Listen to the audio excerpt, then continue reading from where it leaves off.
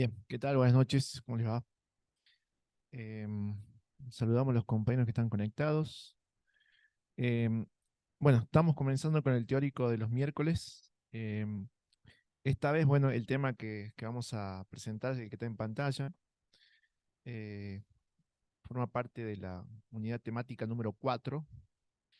Em, es el primer tema del eje número 4, así que también ya en los próximos días vamos a subir la bibliografía correspondiente. Em, bueno, la clase está referida entonces a la Revolución Cubana. Em, es una revolución que sin duda es de las más importantes y resonantes para la América Latina, para la segunda mitad del siglo XX. Es una revolución que todavía despierta sueños, ideales, aspiraciones, y que, bueno, todavía está en proceso porque es una revolución que todavía pervive hasta nuestros días, más allá de las diferentes fluctuaciones en la propia política cubana, pero también en el contexto mundial, que es el que le dio esa significancia en ocasión de que esta revolución triunfa en 1959 en un contexto de Guerra Fría. Em, el texto que vamos a revisar para conocer este proceso revolucionario es el texto de Fernando Mírez, titulado Cuba entre Martí y las montañas. Em, y una de las primeras afirmaciones que hace el autor respecto a la Revolución Cubana es justamente lo que está en proyección, de que la Revolución Cubana es una revolución eminentemente latinoamericana, que si bien tiene características especiales por haber sido una de las revoluciones trascendentales de la segunda mitad del siglo XX, pero eso no quita que haya tenido elementos característicos de la realidad latinoamericana. Para entrar en tema, vamos a hacer algunas aclaraciones o revisiones del aspecto geográfico y histórico cubano. Respecto a lo primero, bueno, decir que la isla de Cuba eh, es la isla más grande de las islas que componen eso que llamamos el Caribe, ¿sí? El mar Caribe. Esto también la profe ya lo aclaró en la clase pasada, ¿sí? El Caribe tiene la característica de ser una región insular compuesta por varias islas. Bueno, de esas varias islas, la más grande en superficie es la isla de Cuba. Y la isla de Cuba, en términos geográficos, se divide en tres partes. La parte de la región oriental, la región central y la región occidental, así como está en pantalla. Em, es una isla que divide en tres regiones, pero que tiene una columna vertebral, si podríamos llamarlo de ese modo, que es la Sierra Maestra, que enseguida va, cuando avancemos con el desarrollo de la clase, va a ser determinante para el proceso revolucionario. Em, es una isla que, si bien la isla central es justamente la isla de Cuba, tiene a su alrededor una serie de islas menores, pequeñas, que también conforman este país. También tiene una serie de cayos, ¿sí? Que son islas diminutas, que también están alrededor de la isla de Cuba. Es una isla que justamente está rodeada por 4.195 cayos, ¿sí? Estas pequeñísimas islas. Es una isla que está situada a solo 144 kilómetros de los Estados Unidos, así que es una distancia bastante corta y que va a ser justamente determinante también porque Estados Unidos va a ser siempre un actor rutilante, latente en la realidad política e histórica de Cuba. Eso enseguida la vamos a empezar a detallar. Eh, bueno, en la actualidad la población de Cuba supera largamente los 11 millones de habitantes. Siempre ha sido una isla, desde su independencia en el siglo XX, de las islas, una densidad poblacional importante.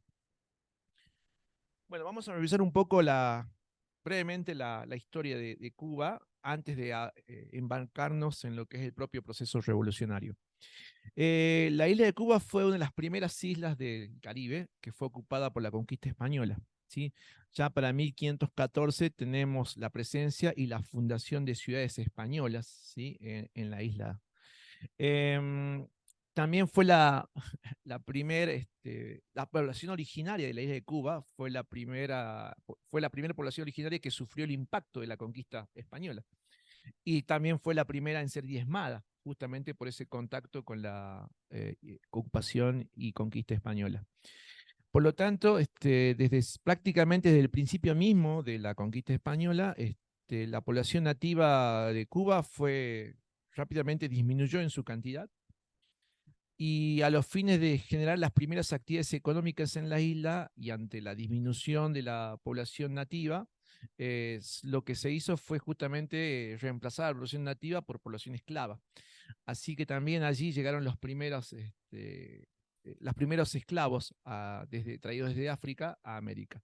Por eso es que la población de origen afro en Cuba siempre va a ser importante en la composición poblacional. ¿Cuáles eran las principales actividades económicas que se desarrollaron en Cuba desde el inicio mismo de la conquista? Bueno, las principales actividades van a ser básicamente las vinculadas a la ganadería, la agricultura, pero muy especialmente se va a empezar a practicar el cultivo de caña de azúcar y de tabaco. Sin dudas porque, bueno, las condiciones ecológicas y naturales de la isla, bueno, hacían propicio este tipo de cultivos, el de la caña de azúcar y el del tabaco. Ya no con mano indígena, porque ha sido prácticamente exterminada, pero sí con mano de obra esclava. Lo curioso en este brevísimo recorrido por la historia de Cuba es que hay algunas singularidades en la historia de Cuba. Y las singularidades es que la isla de Cuba fue, como recién dijimos, una de las primeras en ser ocupadas y conquistadas por la conquista y colonización española. Y también, curiosamente, va a ser la última en lograr su independencia política de España. A tal punto es la última que recién para fines del siglo XIX, es decir, para ser más preciso, para el año 1898, Cuba logra su independencia respecto de España. Una fecha bastante tardía, si la comparamos con los otros procesos de independencia, que para 1825 ya habían resuelto su independencia respecto de España. Así que es uno de los primeros territorios e islas del Caribe ocupadas por la colonización española y es la última en independizarse. Justamente a propósito de esa tardía independencia de Cuba, el autor realiza la siguiente afirmación. Dice Mires, Cuba es el único país en el que el proceso de emancipación respecto de España pudo vincularse con las luchas sociales del siglo XX, al mismo tiempo que se impregnó de un carácter nacional para enfrentar la injerencia de los Estados Unidos. Es decir, que la independencia de Cuba, por ser tan tardía, eh, en las motivaciones que jugaron al momento de definirse la independencia de Cuba, ya jugaron problemáticas y temáticas más bien cercanas al siglo XX que al propio siglo XIX, justamente por haber sido tan tardía. Y también gravitó en esos factores que determinaron la independencia de Cuba, que en la independencia de Cuba ya esté presente el intervencionismo norteamericano. ¿Sí? Cosa que las independencias latinoamericanas no lo tuvieron muy presente porque fueron bastante anteriores. Pero ya para fines del siglo XIX era muy frecuente el intervencionismo norteamericano en lo que era el Caribe, en lo que era Centroamérica, y Cuba no estaba exenta de esa situación. Por lo tanto, la independencia de Cuba fue respecto de España, pero también ya llevaba incluido este discurso antiimperialista, que es un discurso más bien de siglo XX, pero que está presente en la independencia cubana hacia fines del siglo XIX. Y sobre todo este contenido antiimperialista en relación no solamente a terminar con el dominio español, ¿sí? Que databa de hace varios siglos antes, sino ante la injerencia creciente de los Estados Unidos en la región. Ah, bien. Sí, estamos dando ingreso a los compañeros que se conectan virtualmente. Ya continuamos.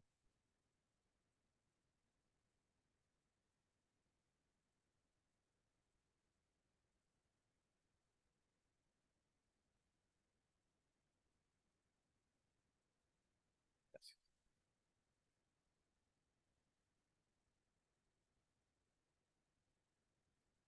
Bien, retomamos entonces. Bueno, hechas estas aclaraciones generales, ahora sí ya mencionamos la interpretación o cómo organiza el estudio de la Revolución Cubana el autor Fernando Mírez.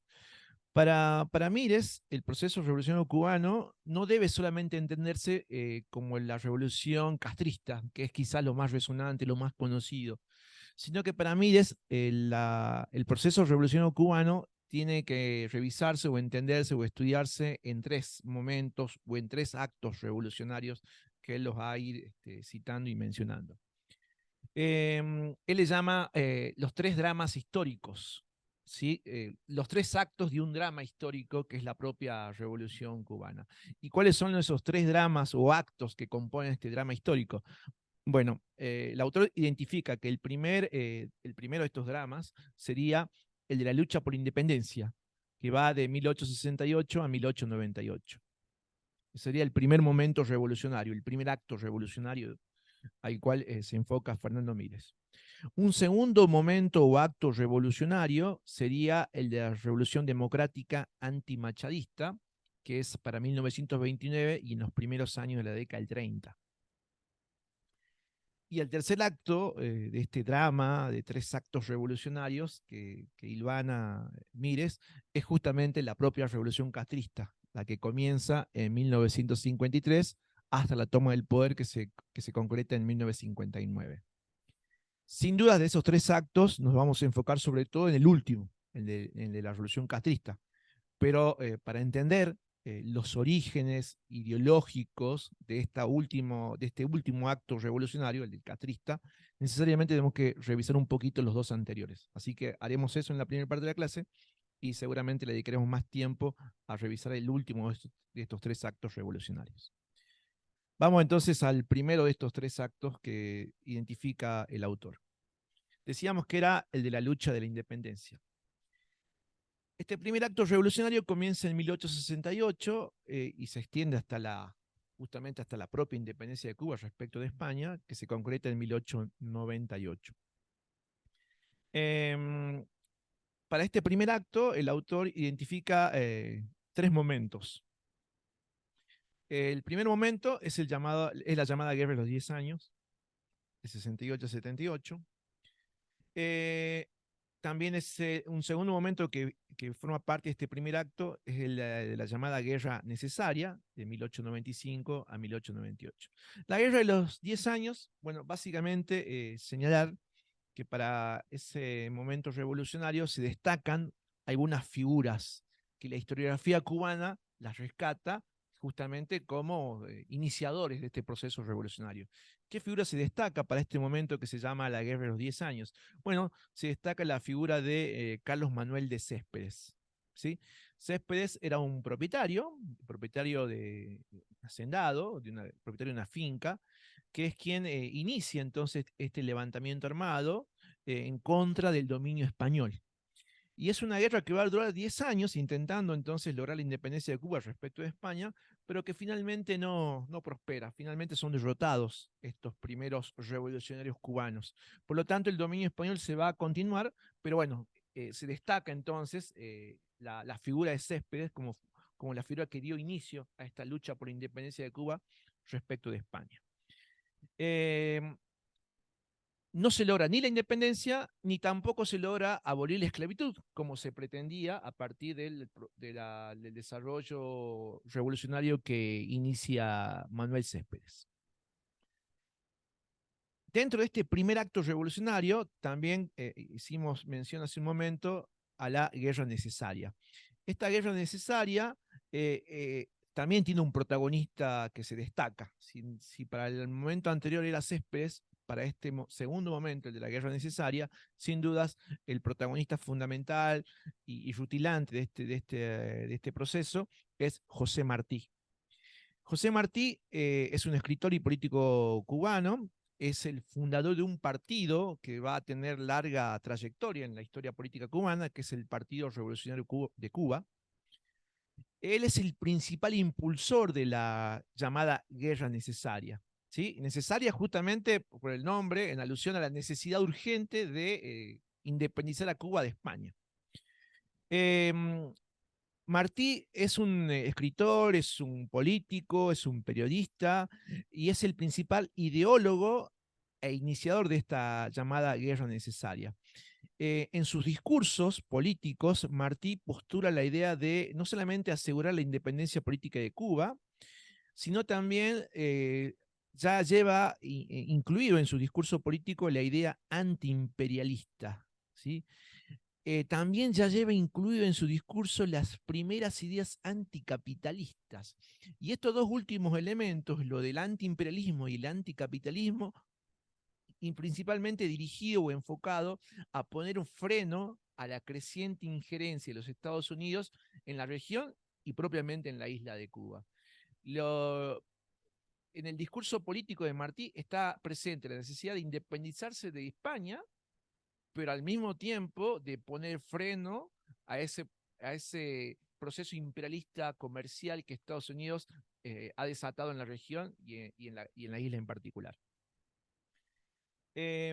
Martín muere en las primeras acciones bélicas de esta llamada guerra necesaria, así que no solamente es discursivo el protagonismo de Martí, sino que también toma las armas y muere en los primeros combates de esta llamada guerra necesaria. Una guerra necesaria que se va a extender a partir de su inicio eh, y se va a extender a tal punto que en esos años de la guerra necesaria va a intervenir justamente Estados Unidos. Estados Unidos va a intervenir en esta guerra necesaria asegurando de algún modo el triunfo de Cuba o de los revolucionarios cubanos que logran su independencia respecto de España, pero es una independencia que va a quedar totalmente tutelada a partir de que se termina con un régimen de dominio, que es el dominio español, pero prácticamente se cae en otro, que es el dominio comercial con injerencia política por parte de Estados Unidos.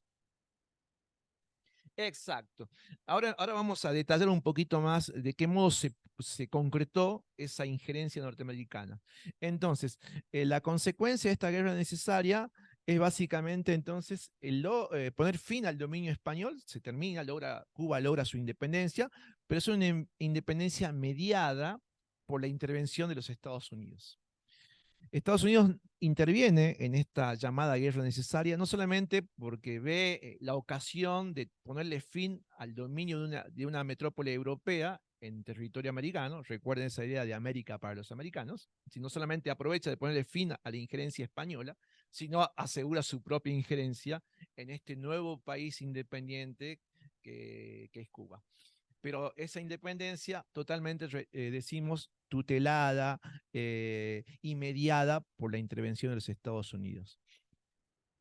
A tal punto es la intervención de los Estados Unidos en este proceso de independencia de Cuba, que para el año 1901, cuando se redacta la Constitución Nacional de Cuba, se incluye en esa Constitución Nacional una enmienda, una enmienda que forma parte de la propia Constitución cubana, pero que lleva el apellido de un senador de los Estados Unidos, la llamada enmienda Platt.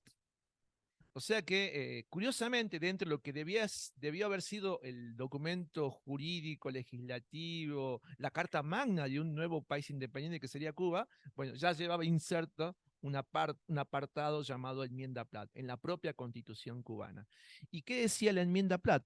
Básicamente era un agregado a la constitución cubana en la que, a criterio de los Estados Unidos tenía el derecho de intervenir en la política cubana, en el gobierno cubano, cada vez que Estados Unidos considerase que sus intereses comerciales o los derechos de sus ciudadanos eran afectados por alguna decisión del gobierno cubano. Claramente eso determinaba una independencia tutelada, regimentada por la intervención norteamericana, avalada por la propia constitución cubana a partir de la incorporación de esta denominada enmienda Platt. Por lo tanto, entonces, Cuba obtenía su independencia de España, pero llevaba incorporada ya la herramienta jurídica constitucional que habilitaba la intervención de los Estados Unidos cada vez que lo considerase. De este modo, entonces, a criterio de Fernando Mírez, está comenzando un periodo llamado de República Neocolonial.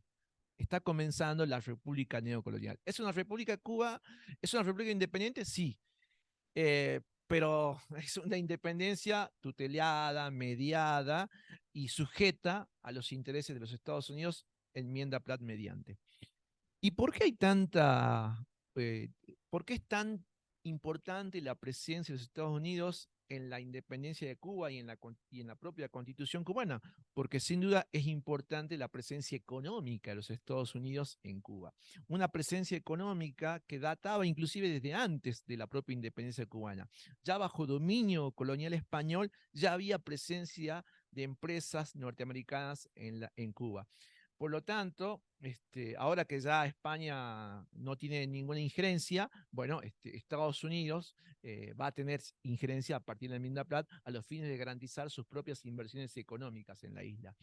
¿Cuáles son las principales inversiones económicas de Estados Unidos en Cuba? Bueno, básicamente está manifestada en las actividades vinculadas a la minería. De hecho, el 90% de las empresas o de la actividad minera que se realiza en Cuba está sujeta a inversiones norteamericanas. El 40% de la producción azucarera de Cuba se hace en haciendas que pertenecen a capitales norteamericanos y en ingenios que pertenecen a capitales norteamericanos. El 80% de la producción azucarera justamente también generada por estas inversiones de capital norteamericano en la isla. El 50% de los servicios públicos de los ferrocarriles también pertenecen a empresas norteamericanas. Así que sin duda el desarrollo económico y la actividad económica de la isla en gran medida es realizado por capitales norteamericanos, ¿sí? Que están distribuidos en diferentes rubros. Minería, haciendas, caña de azúcar, producción de azúcar, comunicaciones, ferrocarriles, bueno, es muy diversa entonces la presencia de inversiones norteamericanas en la isla.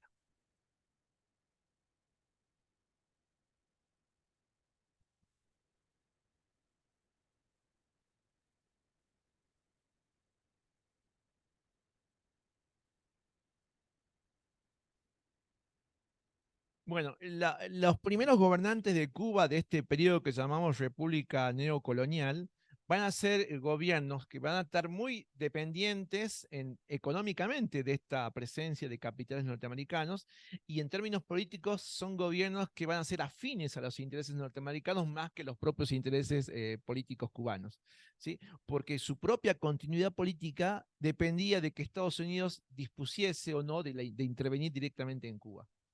O sea, como la enmienda Platt es la puerta que permite la intervención legal de los Estados Unidos en la isla, los gobernantes de Cuba en estos primeros años de independencia son gobiernos muy afines a los intereses norteamericanos.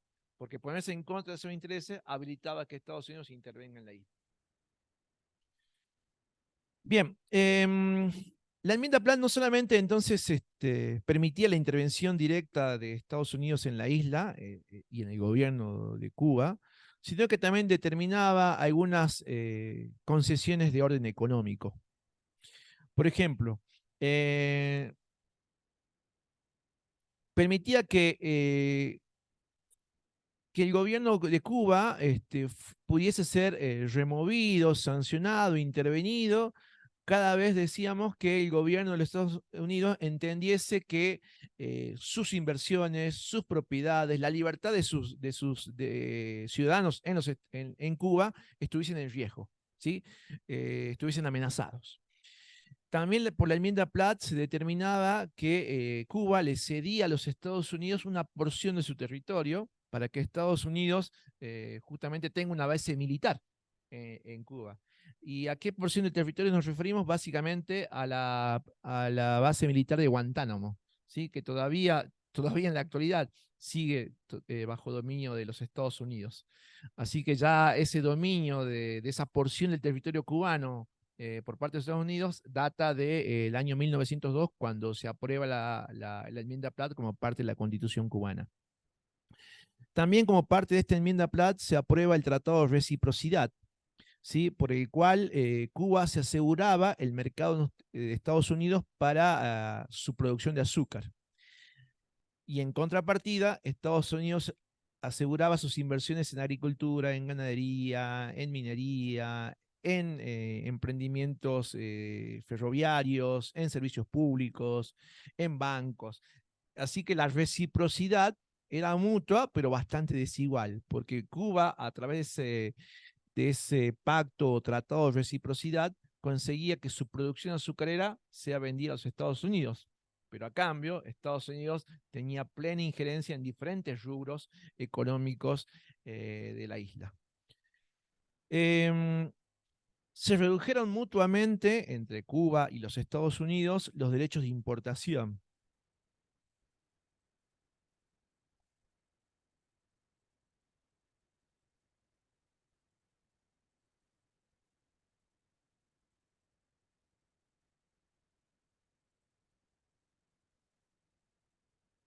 Bueno, tengamos en cuenta que la principal producto de exportación de Cuba es el azúcar.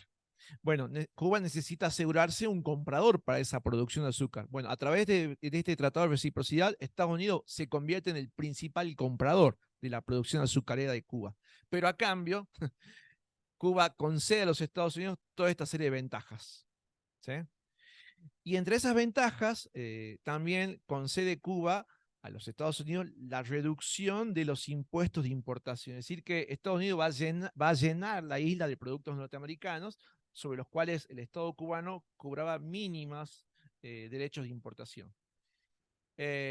Ojo, Estados Unidos también le reduce el derecho de importación a Cuba, pero Cuba solamente le exporta a Estados Unidos azúcar, o sea, un producto. Mientras que Estados Unidos a Cuba le exporta diversidad de productos con mínimos aranceles de importación. Así que claramente sí, es un tratado que beneficia a Estados Unidos. Todo esto a consecuencia de la enmienda Platt. Bien, entonces, durante la primera mitad del siglo XX se sucedieron en la isla, en Cuba, una serie de gobiernos, todos muy afines a los intereses norteamericanos, tan afines que muchas veces estos gobiernos claramente quedaban involucrados en diferentes sospechados de corrupción, ¿sí? Eran tantas las relaciones comerciales con Estados Unidos, los tratados que se firmaban, los contratos que se firmaban, que claramente varios de estos gobiernos estuvieron muy sospechados de ser beneficiados, ¿sí? Con esos contratos que se firmaban. Acá en la proyección estamos viendo una sucesión de nombres. Obviamente que no es importante recordar todos estos nombres, sino simplemente reconocer o ver este listado de nombres de diferentes presidentes que tuvo la isla, pero todos básicamente comprendidos en este concepto que plantea el autor de república neocolonial. Son todos una sucesión de gobiernos afines a los intereses de los Estados Unidos, que provenían de diferentes partidos políticos, porque Cuba es un país políticamente independiente, aunque reiteramos, su independencia está totalmente subordinada a los intereses norteamericanos y a la enmienda Platt incorporada a la constitución de la propia isla. Eh, Varios de estos políticos que alcanzan o que acceden al cargo de presidente vienen del Partido Liberal, del Partido Conservador, del Partido Popular Cubano, ¿sí? Hay una serie de partidos políticos que se conforman en la isla a partir de su independencia. Ellos son los que logran acceder entonces a los principales cargos. Bueno, pero todos ellos son los que son claramente afines a los intereses norteamericanos y la gran mayoría de ellos sospechados de obtener ventajas personales o particulares de ese vínculo que tienen con los Estados Unidos. De ese listado que estamos viendo en pantalla, en este momento nos vamos a empezar a enfocar particularmente en uno de esos gobiernos, y nos referimos al gobierno de Gerardo Machado, que comienza en el año 1925. ¿Y por qué nos enfocamos particularmente en ese gobierno? Porque es para ese gobierno que el autor que estamos revisando, Fernando Mírez, identifica que allí se va a empezar a desarrollar el segundo acto revolucionario de estos tres que hemos mencionado al principio. ¿Sí? Así que ahora nos enfocamos un poquito en el gobierno de Gerardo Machado.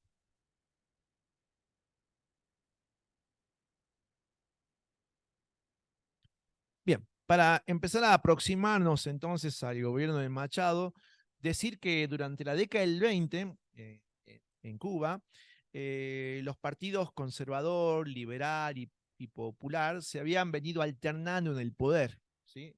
Sucesivamente en la presidencia, en el poder político de Cuba. intentando mantener una imagen democrática, intentando mostrar una sucesión de diferentes partidos políticos, de diferentes candidatos en el ejercicio de la presidencia en Cuba. Para 1920 empiezan a emerger algunos elementos que para el autor son muy destacados. Por ejemplo, para 1920, dice Fernando Mírez, se puede identificar la primera generación de cubanos nacidos bajo la República. ¿Sí? Recordemos que Cuba se independiza de España hacia 1898, hacia 1902 ya tiene constitución, así que para la década del 20 ya tenemos a la primera generación de cubanos que han nacido ya en el régimen republicano, aunque, recordemos, es un régimen republicano neocolonial. Otra característica que señala el autor es que también durante la década del 20 se conforman algunos organismos que van a ir ganando protagonismo en la política de Cuba. Y no se refiere a los partidos políticos tradicionales que ya existían, como el conservador, el liberal, el popular, sino que se refiere particularmente al surgimiento de la Federación Estudiantil Universitaria, ¿sí? Durante la década del 20. Esta Federación Estudiantil Universitaria se conforma en la década del 20 a partir del impulso que ha generado la reforma universitaria que se gestó en Argentina en 1918. Recuerdan que tuvo resonancia en Perú, en Chile, en Uruguay, y que también Cuba va a ser entonces parte de esos efectos que tiene la reforma universitaria, en este caso conformándose la Federación Estudiantil Universitaria en Cuba. También en la década del 20 se conforma o se organiza la Confederación Nacional Obrera de Cuba y se funda el Partido Comunista Cubano. Así que en la década del 20 están surgiendo nuevas organizaciones políticas, no como partidos políticos, o al menos no como los tradicionales partidos políticos, sino en todo caso como organizaciones políticas que van a cuestionar justamente esa sucesión de gobiernos muy afines a los intereses norteamericanos. Los repasamos entonces. Surge la Federación Estudiantil Universitaria, surge la Confederación Nacional Obrera de Cuba y surge un partido político, el Partido Comunista Cubano, ¿sí? Que también va a tener protagonismo décadas después. Así que a no perder de vista estos tres actores que se han conformado en la década del 20. No, el Partido Comunista Cubano. Sí, Partido Comunista Cubano. La Federación Estudiantil Universitaria. Bien. Ahora sí, vamos con el gobierno de Gerardo Machado. El gobierno de Gerardo Machado tiene dos periodos, de 1925 al 28, y ahí inmediatamente la sucesión del mismo Gerardo Machado del 28 al 33. Es uno más de esa sucesión de gobiernos de los partidos políticos tradicionales de Cuba, ¿sí? Gerardo Machado. Pero su gobierno rápidamente va a tomar un perfil autoritario al punto de ser un representante más de las dictaduras que para ese momento en Centroamérica y en el Caribe son bastante comunes. Bueno, más está decir que Gerardo Machado cumple más o menos con la regla general de los gobiernos de aquellos tiempos en la isla, es decir, de tener una estrecha afinidad con los intereses norteamericanos, de hecho, de estar plenamente subordinado a los intereses norteamericanos en la isla, de hacer un uso represivo de las instituciones del Estado, de la policía y del ejército, básicamente, a los fines de asegurar su propio poder político y de poner freno a esos actores que acabamos de destacar, ¿sí? De señalar. Dice el autor, Gerardo Machado tiene la incapacidad congénita de las clases dominantes para convertirse en clases dirigentes. ¿Qué quiere decir con esto el autor? Lo que está diciendo es que Gerardo Machado tiene el poder, pero no puede convertirse en un líder político en sí mismo. ¿Sí? Que tenga el poder no significa que sea un líder político. En todo caso, tiene el poder y para sostenerse en el poder sigue muy afín a los intereses norteamericanos y hace un uso represivo de las instituciones del Estado.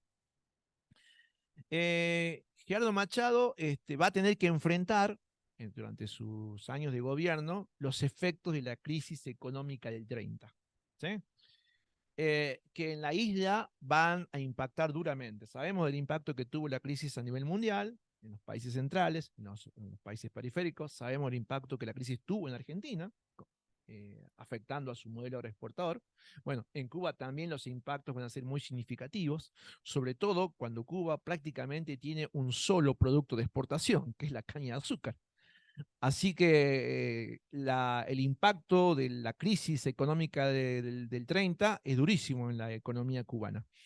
Y ese impacto genera no solamente las consecuencias que ya sabemos, caída de los precios, caída de las exportaciones, bueno, inflación, desempleo, sino que también genera una intensa actividad política de protesta por parte de la Federación Universitaria, que mencionamos hace un momento su conformación, por parte de la Confederación Obrera que se ha organizado en Cuba en la década anterior. Así que ahora están con una eh, acción permanente de protesta. Sí,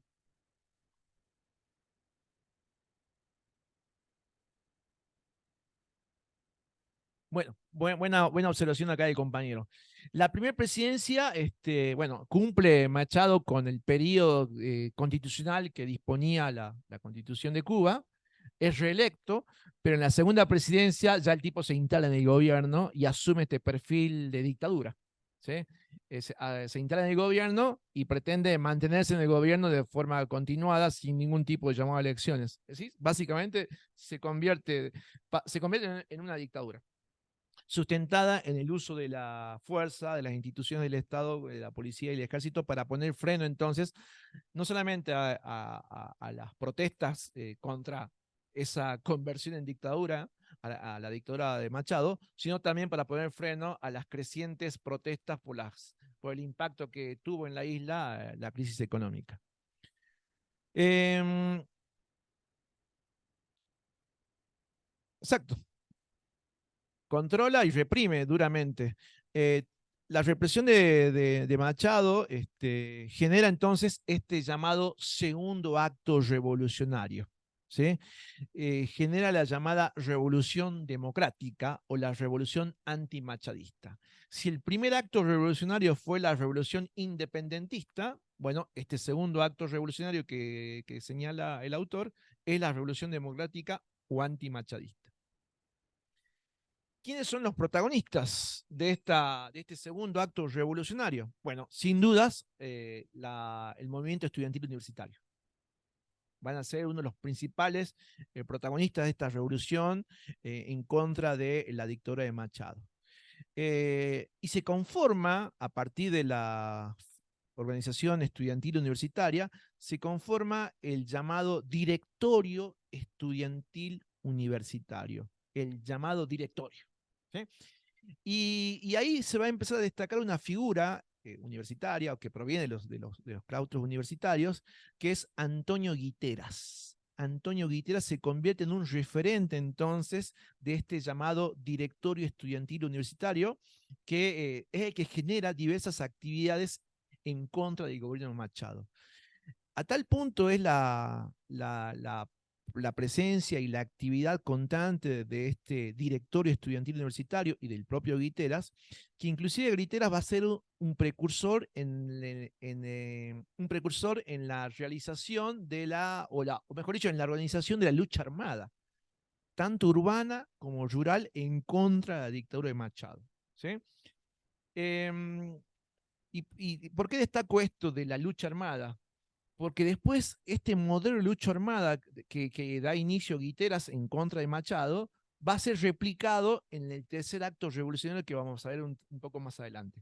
Así que acá tenemos un precursor de ese tipo de acciones.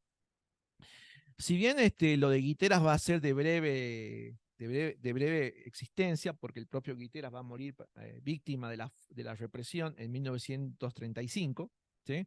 Pero bueno, fue un iniciador de este tipo de acciones en contra de Héctor de Machado. Otro, otro actor fundamental o que tuvo una presencia muy activa en esta lucha contra la dictadura de Machado va a ser el movimiento obrero. ¿Sí? El movimiento obrero también se suma entonces a la lucha contra Machado. Pero hay que hacer algunas aclaraciones respecto del movimiento obrero cubano. Es un movimiento que tiene desigualdades según el rubro de donde provengan los obreros, ¿sí?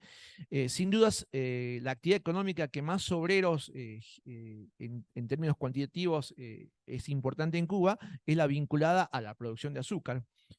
Pero la producción azucarera de Cuba solamente puede mantener de forma constante a 20.000 obreros. ¿Por qué de modo constante? Porque sabemos que la producción de azúcar fluctúa en tiempo de zafra, se incrementa claramente la cantidad de obreros o de trabajadores dependientes de la actividad, pero esa actividad de zafra dura solo unos cuantos meses. Pasados esos meses de zafra, hay un descenso de la cantidad de trabajadores vinculados a la actividad de azúcar. Por lo tanto, allí hay una porción de la población trabajadora flotante, vinculada durante algunos meses y otras veces desempleada. ¿Sí? Bueno, eso es una característica que tiene el movimiento obrero en Cuba. Pero bueno, dentro de este movimiento obrero empieza también a destacarse un dirigente. Nos referimos a Antonio Mella. Y Mella, que si bien es un dirigente de la Confederación Obrera Cubana, en términos políticos tiene origen, es un líder comunista, viene del Partido Comunista o tiene una formación comunista. También un partido que se organizó en la década del 20, lo habíamos dicho hace un momento.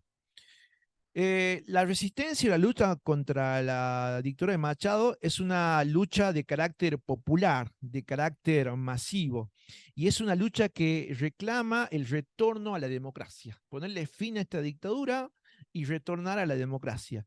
Eh, y claramente, de algún modo, la lucha de obreros y de estudiantes, bueno, sufre la represión de Machado.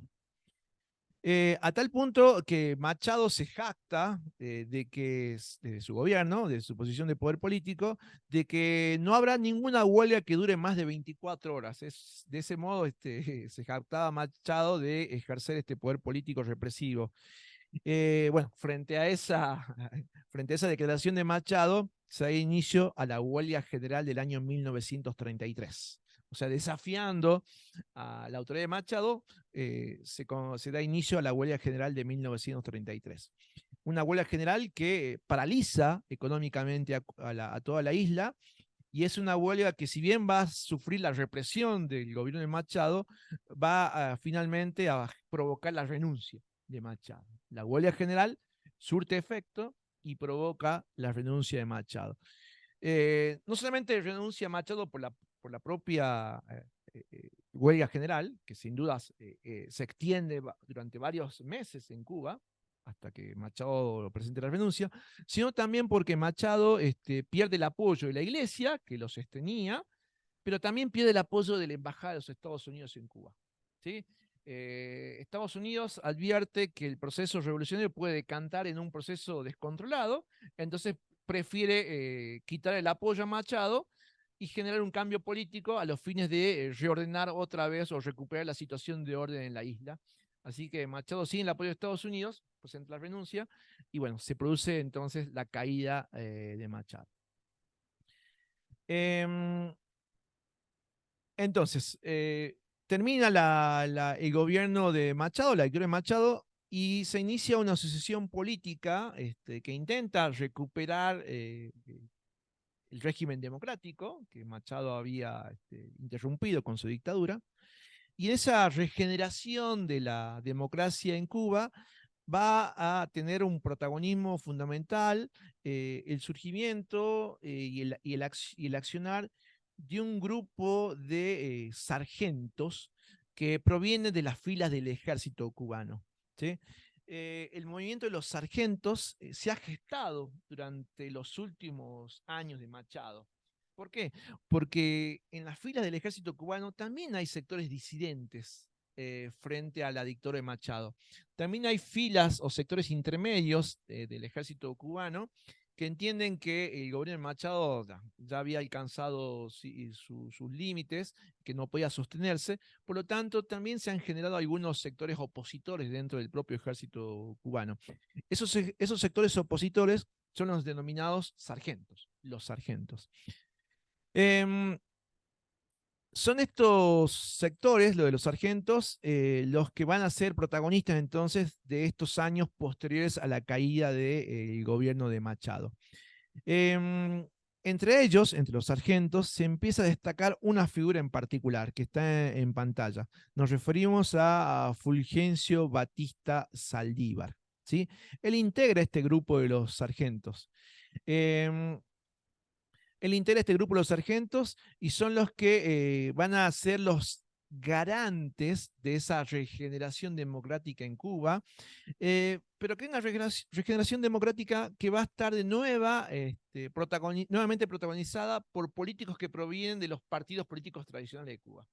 Nuevamente va a haber presencia de los partidos políticos liberales, conservadores, en esta recuperación democrática tras la caída de Machado.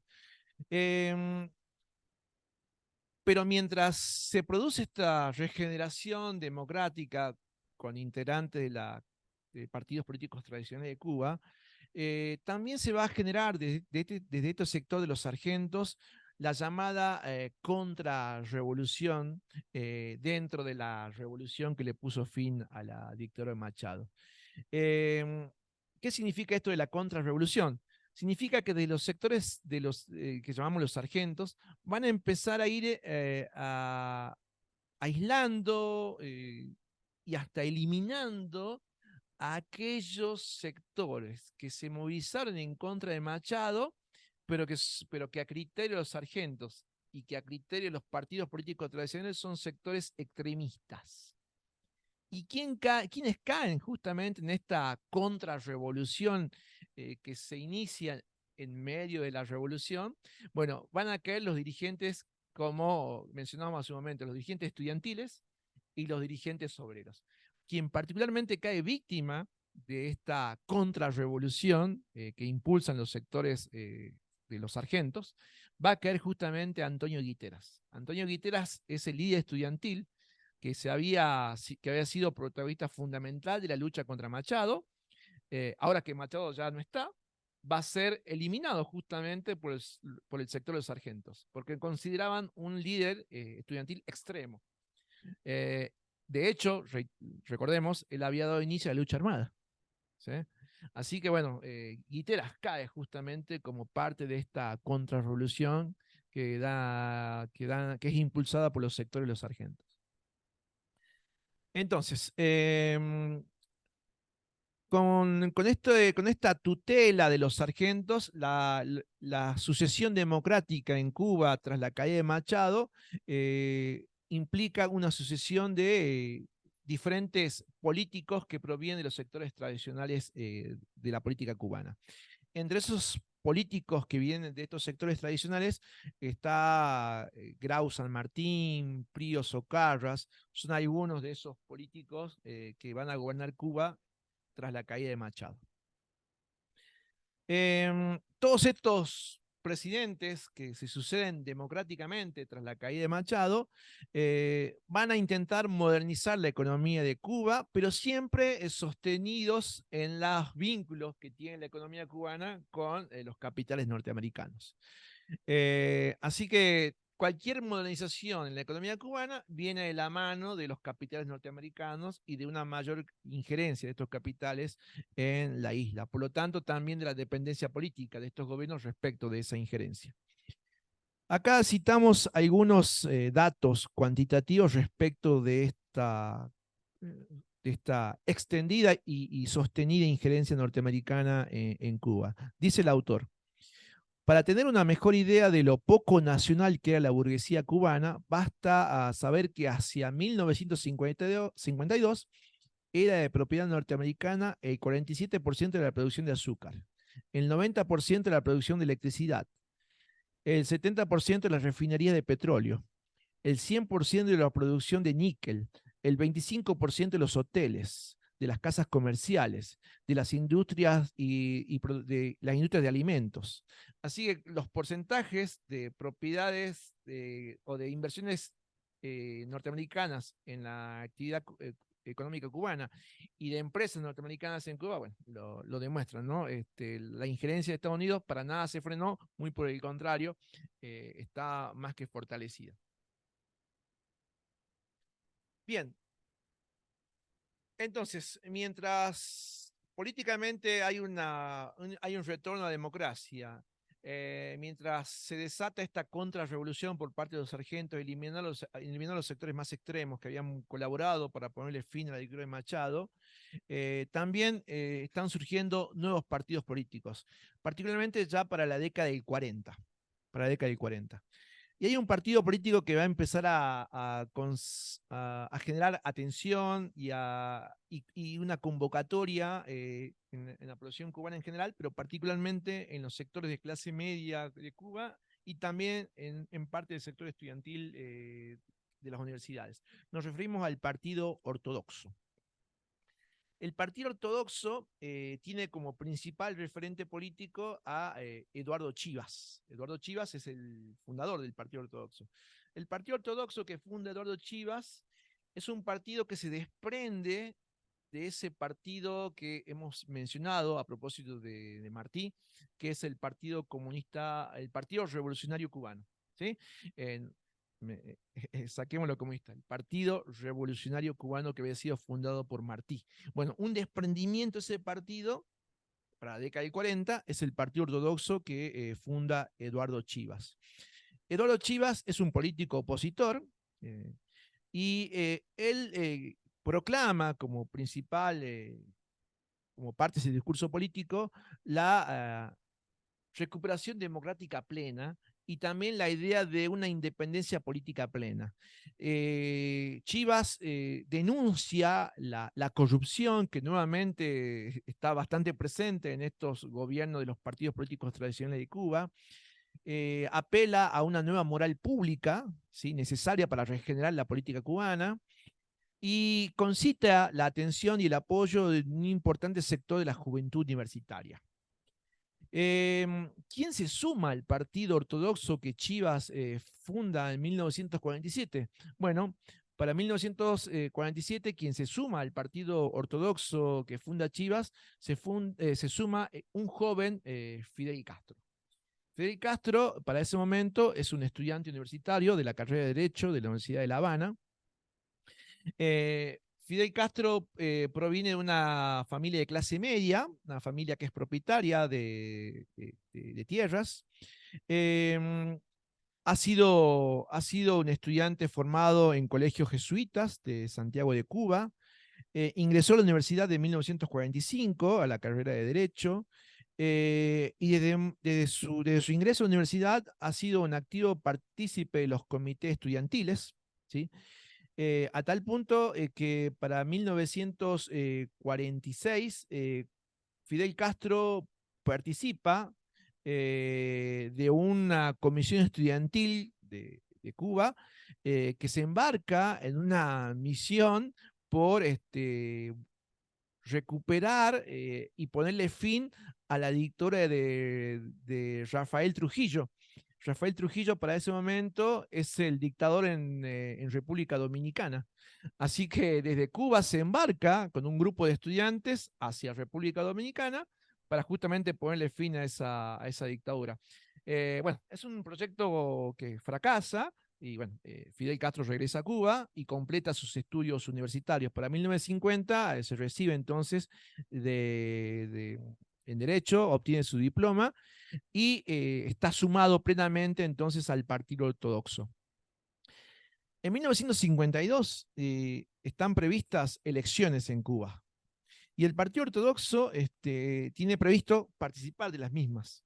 En esas elecciones, Fidel Castro se va a postular como candidato a diputado, ¿sí? Para justamente formar parte del poder legislativo en Cuba. Las expectativas del Partido Autonomista son muy altas. Desde su fundación en 1947 ha logrado entonces concertar el interés y el apoyo de la clase media cubana, de los sectores estudiantiles. Así que las expectativas por las elecciones de 52 son altas para el Partido Autonomista que Chivas había fundado y del cual Fidel Castro es parte. Sin embargo, en los días inmediatos o próximos a la elección, finalmente la elección no ocurre. ¿Y por qué no ocurre? Porque en los días previos a la elección se produce un golpe de Estado. Ese golpe de Estado entonces no solamente imposibilita la realización de las elecciones, sino que es un golpe de Estado que instala en el poder, y acá volvemos a un hombre que ya habíamos mencionado hace un momento, instala en el poder a Fulgencio Batista. Fulgencio Batista es quien realiza el golpe de Estado en marzo de 1952. Y esta dictadura que comienza con el golpe de Estado de Batista es una dictadura que pone fin a los proyectos políticos de regeneración democrática que venía a plantear el Partido Ortodoxo.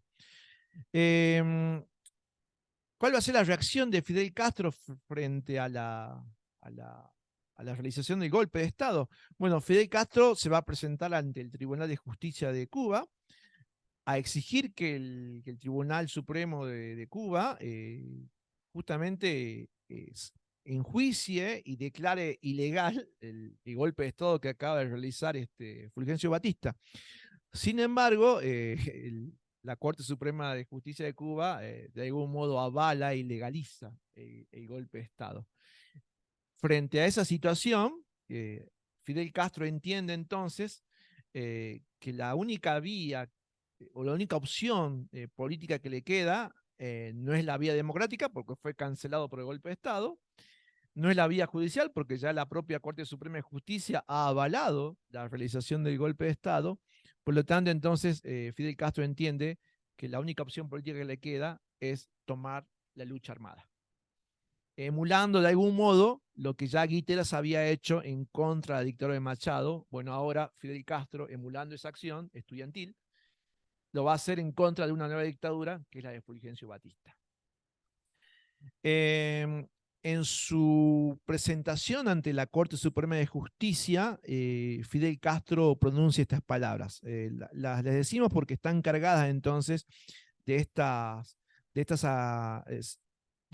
preocupación que Fidel Castro tiene respecto del consumado golpe de Estado que realiza Batista. Dice Fidel Castro: desde el momento en que los tribunales sancionaron la legalidad de la dictadura, sancionaron su propia ilegitimidad.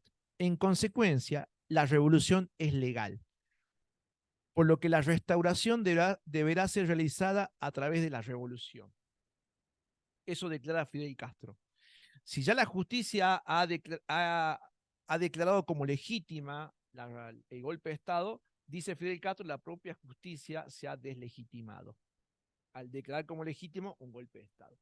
Por lo tanto, entonces, esa justicia no puede deslegitimar otra acción que sería la acción revolucionaria, porque es la única que le queda. Bien, dicho esto, entonces, Fidel Castro se embarca entonces en la conformación de la lucha armada, ¿sí? A planificar una acción armada en contra de la dictadura de Fulgencio Batista. Y esa lucha armada y esa acción armada se va a concretar. Se va a concretar al año siguiente. Nos referimos al asalto del cuartel Moncada, que se realiza el 26 de julio del año 1953. En el año 1953, ¿sí? Fidel Castro, junto con un variado grupo de estudiantes, ¿sí? Son los que organizan el asalto armado al cuartel Moncada. El cuartel Moncada era un cuartel militar. La idea era tomar por asalto ese cuartel militar y a partir de así tomar otros cuarteles militares a los fines de dar inicio a un proceso revolucionario en contra de la dictadura de Fulgencio Batista. Este asalto al cuartel Moncada termina en un desastre porque, bueno, son capturados. Muchos de los que participan del asalto armado al cuartel Moncada mueren en la acción. Muchos otros son detenidos, muchos son torturados. Bueno, el propio Fidel Castro es detenido. Así que en términos militares es un fracaso el asalto al cuartel Moncada. Pero en términos políticos le permite a Fidel Castro, bueno, que su propio nombre gane resonancia en la realidad política cubana.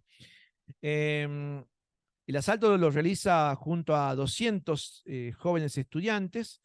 jóvenes estudiantes que provienen de diferentes clases sociales, clases medias, urbanas, clases altas. Son clases básicamente sociales subalternas, diversas, que provienen de diferentes formaciones políticas, pero que tienen en común la lucha contra la dictadura de Fulgencio Batista. La revuelta fracasa, el propio Fidel Castro es encarcelado y sentenciado a 15 años de prisión tras el frustrado asalto al cuartel Moncada, pero para el año 1955 Fidel Castro va a ser liberado de esas sentencias y de ese encarcelamiento por presiones políticas tanto de la propia sociedad cubana como presiones del exterior. Fulgencio Batista decide liberarlo, pero obligarlo a un exilio. Entonces Fidel Castro se ve forzado a abandonar la isla. ¿Y a dónde se va a exiliar Fidel Castro? Se va a exiliar en México. ¿Sí? Y en México va a conformar el movimiento 26 de julio. Toma el nombre de la fecha en que se había realizado el asalto al cuartel Moncada, 26 de julio del 52. Entonces de allí toma el nombre para su movimiento político que justamente bautiza con ese nombre, Movimiento 26 de julio. Ya con el propio asalto al cuartel Moncada del 26 de julio del 52, ya estamos dando inicio al tercer acto revolucionario, que es justamente lo que el autor Mírez señala la revolución castrista. Es el puntapié inicial de la revolución castrista, el frustrado asalto al cuartel Moncada. Allí está comenzando entonces este tercer acto revolucionario que cita el autor. Y es un acto revolucionario que comienza en el 52, perdón, en el 53 con el asalto al cuartel Moncada, y que en términos de proceso va a finalizar en 1959 cuando se produzca la toma del poder por parte del movimiento 26 de julio. Bien, pero ya llegará ese momento. Por ahora estamos entonces ya embarcados en este tercer acto revolucionario y puntualmente con Castro exiliado en México.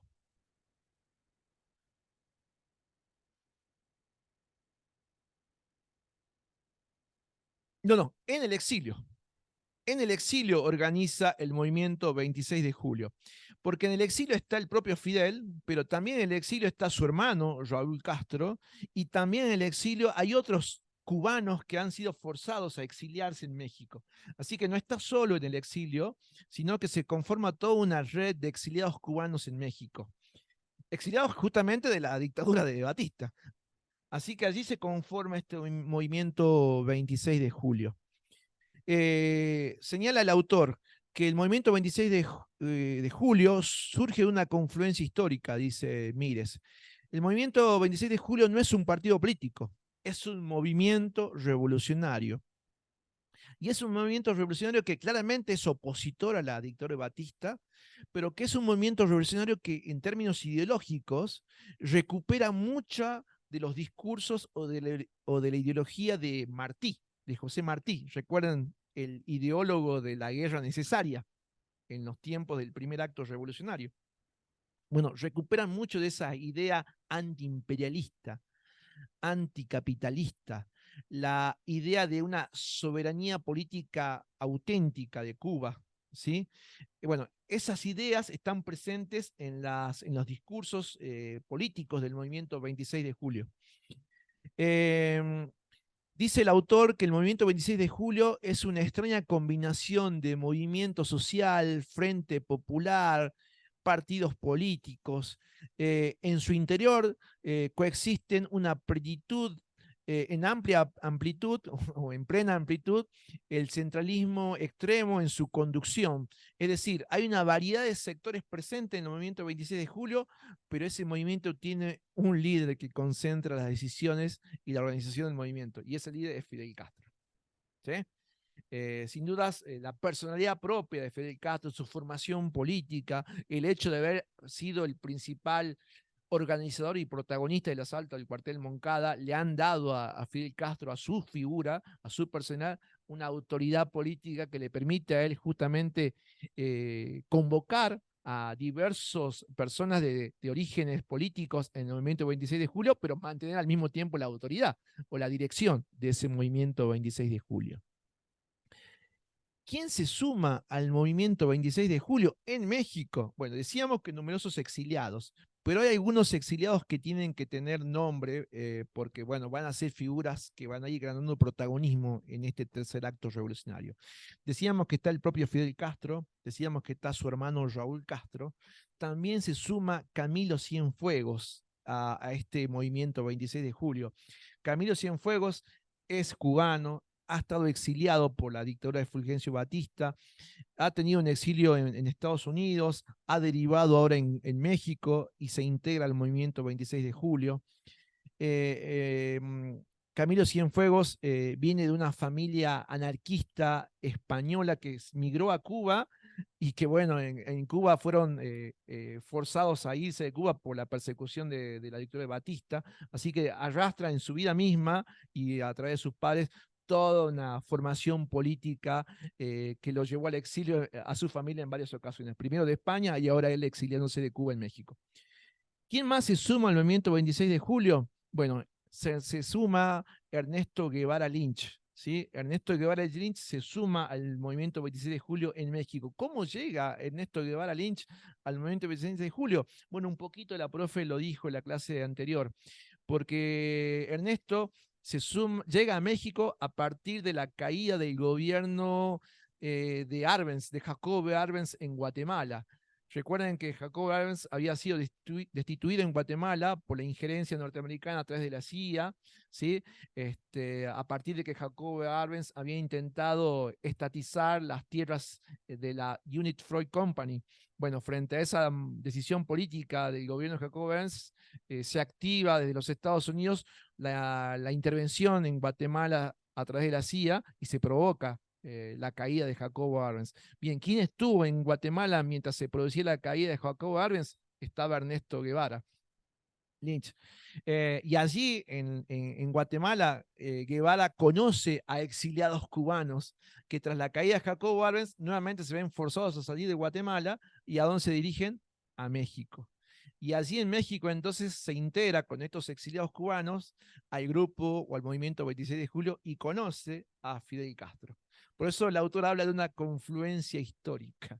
¿Sí? Están confluyendo en México personajes o personas que van a ser importantísimas en la propia revolución cubana o en la propia revolución castrista. Está Fidel, está Raúl, está Camilo Cienfuegos, llega también Ernesto Guevara entonces y se integra al movimiento 26 de julio. Y este movimiento 26 de julio es el movimiento que va a planificar y organizar el llamado desembarco del Granma. Ese desembarco del Granma que se va a producir el 2 de diciembre del año 1956, es decir, un año después que del exilio forzado de Fidel Castro en México. Bueno, al año siguiente se organiza el desembarco del Granma. Se llama Granma al barco justamente que fue rentado por este grupo del Movimiento 26 de Julio para transportar a sus integrantes desde México hasta Cuba y desembarcar en Cuba para dar inicio entonces a la lucha armada contra Fulgencio Batista. Bien, ya volveremos sobre este desembarco del Granma, pero bueno, ya tenemos a los actores reunidos en Cuba como parte del movimiento 26 de julio y como parte de esta confluencia histórica que señalaba el autor. Mientras tanto, ¿qué pasaba en Cuba? Porque esto es lo que pasa en el exilio de estos referentes. Mientras tanto, en la propia isla, a partir del asalto al cuartel Moncada, frustrado, se van a intensificar en la isla la actividad de los sectores estudiantiles universitarios. Se reorganiza nuevamente el directorio estudiantil universitario en Cuba. Digo se reorganiza porque su anterior referente, Guiteras, recordemos, había sido eliminado, ¿sí? Bueno, se organiza esta vez de la mano de Antonio Echeverría, que también convoca la lucha armada y callejera frente a la dictadura de Batista. También en 1957 se realiza un nuevo intento de asalto. Esta vez el asalto no es a un cuartel, sino al propio Palacio Presidencial. Y en esa acción muere Echeverría. Así que no es que en Cuba no pasase nada, nosotros quizás ponemos mucho acento en el movimiento 26 de julio, pero en la propia isla están pasando cosas, ¿sí? El protagonismo estudiantil nuevamente cobra fuerza. Estamos mencionando el asalto al propio Palacio Presidencial, no es una acción menor, pero bueno, si bien fracasada en términos militares, pero pone de algún modo de relevancia la actividad de los estudiantes universitarios frente a la dictadura de Batista. También el movimiento obrero se mantiene bastante activo o recupera su acción activa en contra de la dictadura de Batista, convocando a la huelga general de 1955, que si bien no provoca la caída de Batista, como sí lo había provocado la huelga general en contra de Machado, pero genera graves inconvenientes a la exportación de azúcar, que era la principal actividad de la isla. También se advierte en la isla, mientras esto ocurre, que dentro de las Fuerzas Armadas hay algunos movimientos contrarios a la dictadura de Batista, especialmente la Armada, es decir, la Armada de Guerra de Cuba tiene sectores que están en contra de la dictadura de Batista. Pero bueno, Batista es muy hábil, tiene toda una red de espionaje, maneja obviamente la policía, el ejército, así que rápidamente Batista también desarticula cualquier oposición interna dentro del ejército, también dentro de la armada. Así que también están pasando cosas en la isla, mientras el movimiento 26 de julio está planificando su desembarco en esto que llamamos el desembarco de Granma. Bueno, vamos precisamente entonces con el desembarco de Granma. Este desembarco se produce en diciembre del 56. Bueno, en la proyección estamos viendo el recorrido del Granma, que es el barco que llevó a estos integrantes del movimiento 26 de julio desde el puerto de Tuxpan, en México, hasta la isla de Cuba. La idea era desembarcar y dar inicio a la lucha armada, esperando que la lucha armada generase en la propia isla la convocatoria a una huelga general. ¿Sí? Esas eran las expectativas que se tenían desde el movimiento 26 de julio. Sin embargo, una cosa son las expectativas y otra cosa es lo que efectivamente ocurre.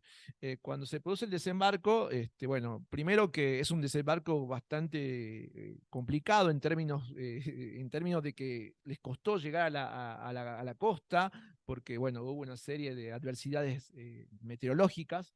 Y no solamente eso, sino que además cuando desembarcan van a ser rápidamente enfrentados por las fuerzas de Batista. Así que el desembarco, la verdad que es prácticamente un desastre. Muchos mueren en el desembarco mismo, se pierde bastante el material militar que se había logrado reunir para dar inicio a esa lucha armada. Y muy pocos logran sobrevivir. Sobreviven no más de 15, 20 integrantes del movimiento 26 de julio. Entre esos 15, 20 integrantes sobreviven los principales que hemos mencionado: Fidel, su hermano, Camilo, el propio Ernesto, son los que sobreviven entonces al desembarco del movimiento 26 de julio en Cuba. Así que rápidamente tienen que refugiarse. ¿Y dónde van a encontrar refugio? Bueno, en una parte de la isla que hemos señalado al principio, que es la Sierra Maestra. La Sierra Maestra se va a convertir entonces en el lugar de refugio de estos escasos sobrevivientes del movimiento 26 de julio, y de allí primero se van a recuperar en términos militares, en recomponer su organización, y después van a empezar de a poco a realizar acciones violentas, armadas, en contra de Fulgencio Batista. La idea del movimiento 26 de julio es entonces, a través de lucha armada, generar acciones de huelga en las principales ciudades de Cuba. Pero para eso tienen que primero hacerse visibles en términos de acción militar y generar convocatorias a manifestaciones políticas que justamente permitan conectar la acción militar de ellos con la acción de huelgas que se esperaba se inicien en las principales ciudades de Cuba. Para de algún modo conectar una cosa con la otra, para el 1957 se realiza el manifiesto de la Sierra Maestra. ¿Sí? Se hace público un manifiesto. ¿Qué decía el manifiesto de la Sierra Maestra que firman los principales referentes del movimiento 26 de julio? Bueno, Ese manifiesto significaba la convocatoria a las otras organizaciones, es decir, a las organizaciones estudiantiles, a las organizaciones obreras, los convocaban a justamente realizar acciones en pos de ponerle fin a la dictadura de Batista, en pos de convocar a elecciones democráticas para una vez caído el gobierno de Batista. Eh, una convocatoria que implicaba ponerle fin a la dictadura, realizar acciones democráticas o elecciones democráticas, que implicaba también el compromiso de que las organizaciones que aceptasen sumarse a esta convocatoria, el compromiso de ponerle fin también a la injerencia política de los Estados Unidos en Cuba, ¿sí? También era una convocatoria que tenía como punto, como uno de sus puntos, la realización de una reforma agraria, ¿sí? Y de excluir a los militares de que los militares integren ese nuevo gobierno que se suponía iba a surgir tras la caída de Fulgencio Batista. Esos eran los puntos fundamentales de este manifiesto de la Sierra Maestra que se proclama en julio de 1957. ¿Sí?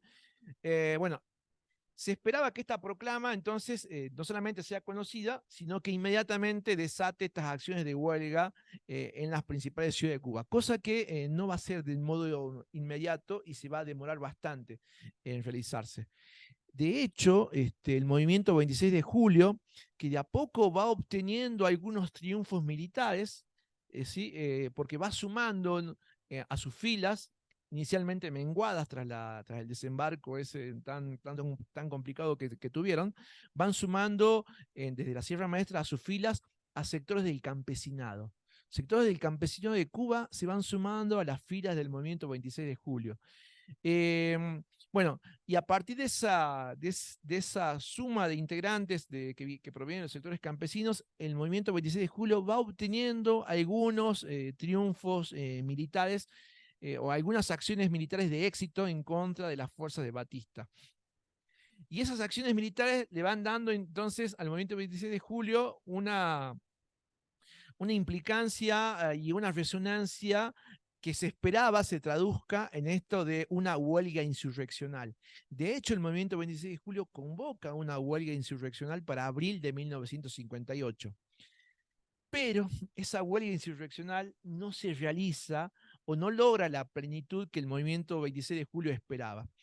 Así que el movimiento 26 de julio va a tener que cambiar un poco sus expectativas. Si la convocatoria de una huelga insurreccional no surte efecto, o no se sostiene, o no tiene las dimensiones e importancia que se esperaba que lo tuviese, entonces había que enfocarse sobre todo en la lucha armada.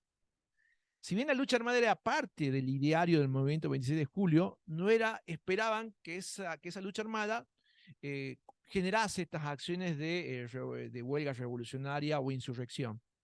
Como eso no se está generando, entonces se van a enfocar sobre todo en la lucha armada.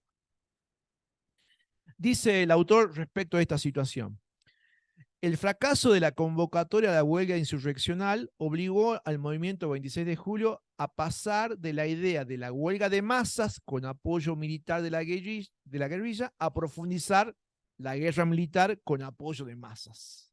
Ahí cambia el orden de los factores. Si primero era generar una huelga de masas y apoyando eso la lucha armada, ahora el orden cambió. Es la lucha armada esperando que las masas se sumen. ¿Sí? Ahí cambió un poco el orden de los factores iniciales que tenía el movimiento 26 de julio. Y dice el autor, este cambio en el orden de los factores, lo que hacían de algún modo era fortalecer el liderazgo de Fidel Castro. Porque si era la lucha de masas y conectado con ello la lucha armada, bueno, ahí Fidel Castro iba a tener que compartir el liderazgo con los referentes de la lucha de masas. Pero como ahora solamente parece que la lucha va a ser armada, esperando se sumen el movimiento de masas, entonces se fortalece el liderazgo del propio Fidel Castro. Bien, el año 1957 y es el año de esta convocatoria que recién decíamos, la convocatoria de Sierra Maestra. El año 1958, la lucha del movimiento 26 de julio, ya sobre todo enfocado en la propia lucha armada, le va a generar al movimiento 26 de julio una sucesión de victorias sobre el ejército de Batista.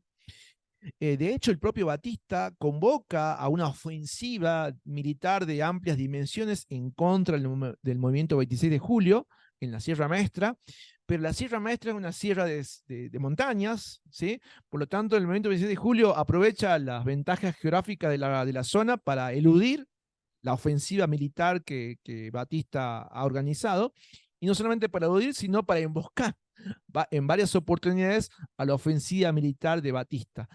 A esto se suma que dentro de las fuerzas de Batista también dijimos empiezan a aparecer algunas objeciones a la propia dictadura. Así que el movimiento 26 de julio va obteniendo éxitos militares durante el año 58. Pero el principal éxito militar que obtiene el movimiento 26 de julio es a fines de 1958 en la ciudad de Santa Clara. Santa Clara en Cuba es la tercera ciudad en importancia dentro de la isla y está ubicada en la zona oriental de la isla, en el extremo oriental de la isla. Y en Santa Clara se realiza el asalto al tren blindado, que es básicamente el asalto que las fuerzas del movimiento 26 de julio, bajo el mando de Ernesto Guevara, ahora ya el Che, ¿sí? El Che realiza el movimiento 26 de julio en contra del tren blindado, que justamente trasladaba fuerzas de Batista y material militar y bélico del ejército cubano. Bueno, ese asalto militar al tren blindado lo realiza el movimiento 26 de julio, pero lo realiza con un amplio apoyo de la propia población de la ciudad de Santa Clara. Ahí está lo que decíamos hace un momento. Acción militar, apoyo de masas. Bueno, eso se concreta en Santa Clara. Y es una victoria importantísima del movimiento revolucionario. Y esa victoria que se produce en Santa Clara desencadena que las fuerzas cubanas se desarticulen, que el propio Fulgencio Batista vea que la revolución y las fuerzas del movimiento 26 de julio no solamente están en la Sierra Maestra, sino que ahora también han tomado la porción oriental de la isla, y que por el otro extremo, en el occidente de la isla, al mismo tiempo que se produce la victoria de Santa Clara, las fuerzas del movimiento 26 de julio, comandadas por Raúl Castro, también están avanzando. Así que ante esa situación adversa es que Fulgencio Batista va a presentar su renuncia y se va a exiliar de Cuba en los últimos días de diciembre de 1958. De ese modo, entonces, se produce el triunfo del movimiento revolucionario el 1 de enero de 1959, cuando las fuerzas del movimiento 26 de julio ingresen a La Habana y tomen efectivamente la ciudad capital y tomen el poder político de la isla, poniendo fin entonces a la dictadura de Batista. Previo al triunfo del movimiento 26 de julio y la toma del poder, en los meses previos, cuando ya se advertía que era cuestión de tiempo la caída de Batista, el movimiento 26 de julio inició o dio inicio a una política de alianzas, ¿sí? A los fines de un tanto asegurar y ordenar la política cubana tras la toma del poder. O sea, se tenía expectativas que se iba a tomar el poder en algún momento, pero tenía que asegurarse cómo iba a ser esa toma del poder en los días y meses siguientes.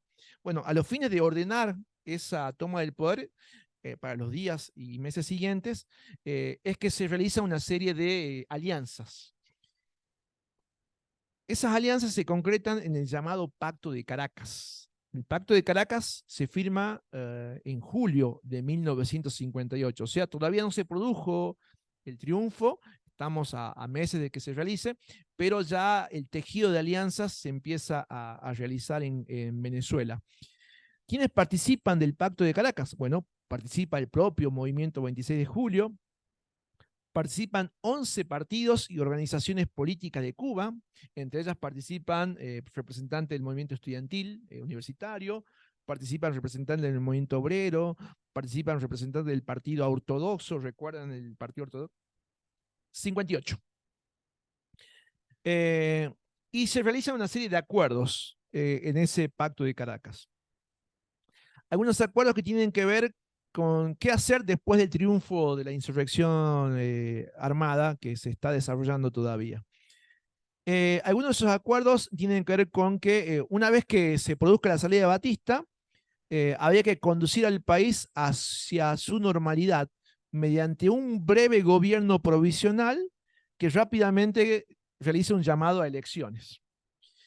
Y que ese gobierno provisional que debiese llamar a elecciones también conduzca a una salida democrática y constitucional. ¿Sí? Y dice el autor, esto ya es opinión del autor, dice, la política de alianzas del movimiento 26 de julio puede ser considerada uno de los factores claves del triunfo militar. El autor le da mucha importancia a esta política de alianzas previas al triunfo militar. ¿Por qué dice? Porque a partir de esta política de alianzas se produjo esto que finalmente se hace visible en Santa Clara, que es lucha armada y que las masas se suman. ¿Y por qué se suman las masas?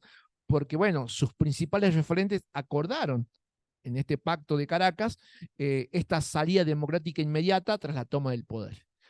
Y las expectativas de la población de Cuba, no solamente terminar con el régimen de Fulgencio Batista, el régimen dictatorial, sino también rápidamente pasar a una fase democrática plena, auténtica, ¿sí? Sin los partidos tradicionales y sí más bien con la presencia de estos nuevos sectores políticos que se han sumado a la lucha contra la dictadura de Fulgencio Batista. Así que dice el autor, estas alianzas previas al triunfo militar han sido claves para entender el propio triunfo militar. Como dijimos recién, el triunfo se produce entonces el 1 de enero de 1959. Allí tenemos imágenes que son ya icónicas de la propia Revolución Cubana, en el ingreso de las fuerzas del movimiento 26 de julio a La Habana. Bien, listo, se ha tomado el poder. Se ha consumado el triunfo de la revolución armada. Ahora, ¿qué hacer? ¿Cómo continúa tras la toma del poder?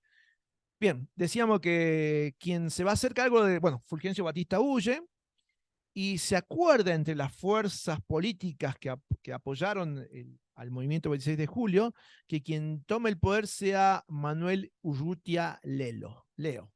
Manuel Urrutia es un reconocido juez, ¿sí? de Cuba, y él es la figura elegida en esta alianza que hemos mencionado hace un momento, porque es una figura que de algún modo demostraría un equilibrio político. No es del movimiento 26 de julio, no proviene del sector estudiantil, no proviene del sector obrero, no proviene de los partidos tradicionales, es un juez que tiene cierto prestigio, y por lo tanto se elige a esa persona para que sea quien organice o se haga cargo del gobierno provisional. Recordemos que ese era el pacto, gobierno provisional y salida democrática.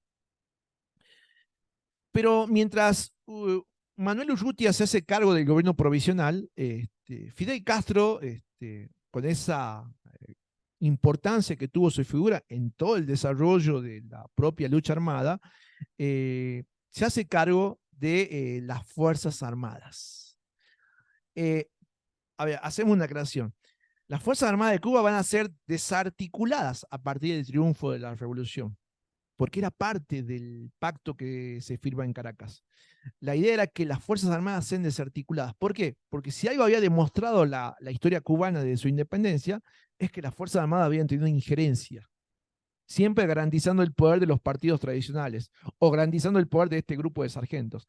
Por lo tanto, había que desactivar a las Fuerzas Armadas, desarticularlas. Bueno, para desarticularlas, entonces Fidel Castro sostiene que en esta nueva etapa política las armas no la van a tener las Fuerzas Armadas, sino que la va a tener el movimiento 26 de julio. Así que el movimiento 26 de julio queda inserto en este gobierno provisorio, pero es el brazo armado de este gobierno provisorio. ¿Y quién es el principal referente? El propio Fidel Castro.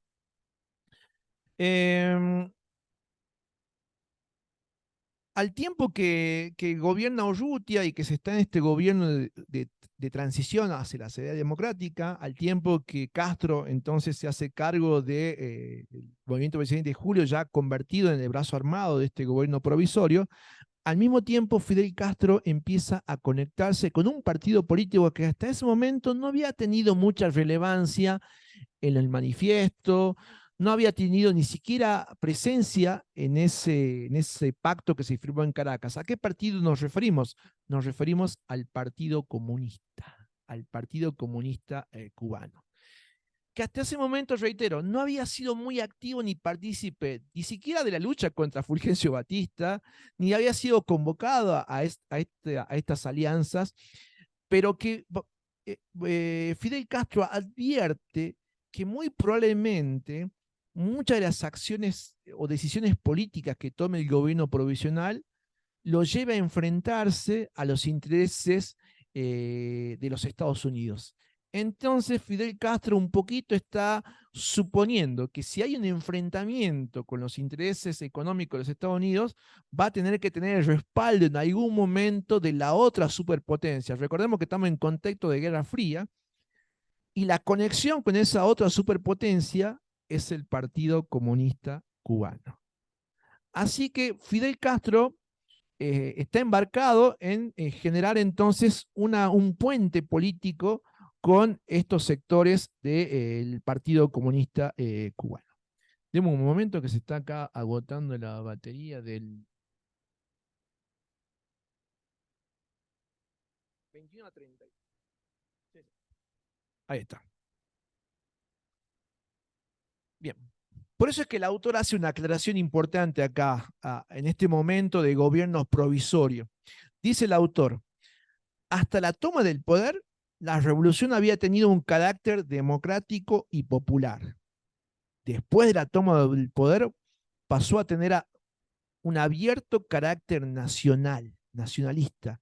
Y ese carácter, el carácter nacionalista, lo iba a poner en contradicción con los intereses que Estados Unidos tenía en la isla. Eso dice el autor. Es decir, que hasta que se tomó el poder, sin dudas, el proyecto político del movimiento 26 de julio, que había firmado esas alianzas con los otros sectores políticos, era un movimiento que iba por regenerar la democracia plena, auténtica, con el apoyo popular. Pero que también ese gobierno provisorio, muy probablemente en el afán de asegurar un gobierno popular, genuino, auténtico, iba a tener que tomar medidas políticas de orden nacionalista, y que el nacionalismo de ese nuevo gobierno lo iba a enfrentar a los intereses económicos que Estados Unidos tiene en la isla. Y si eso llegase a ocurrir, ahí venía Fidel Castro con su propio apoyo. ¿Y cuál va a ser el apoyo? Bueno, estos puentes que estaba tendiendo con el Partido Comunista Cubano, que era la conexión con la otra superpotencia. Si bien todavía nada había pasado, pero Fidel Castro ve un posible escenario de enfrentamiento con los Estados Unidos. El tema es que ese escenario de enfrentamiento se va a producir.